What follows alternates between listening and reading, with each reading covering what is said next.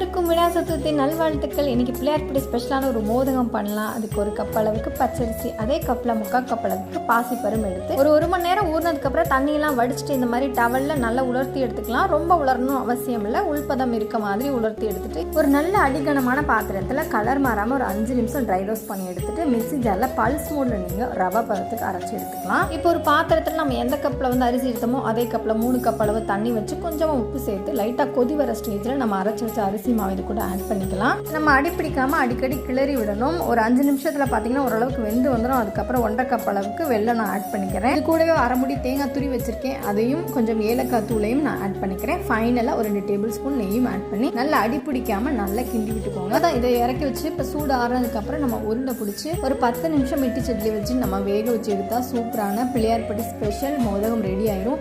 ரொம்ப சாஃப்டாக இருக்கும், சாப்பிட்றதுக்கு ரொம்ப டேஸ்டியாகவும் இருக்கும். மறக்காமல் ட்ரை பண்ணி பாருங்கள்.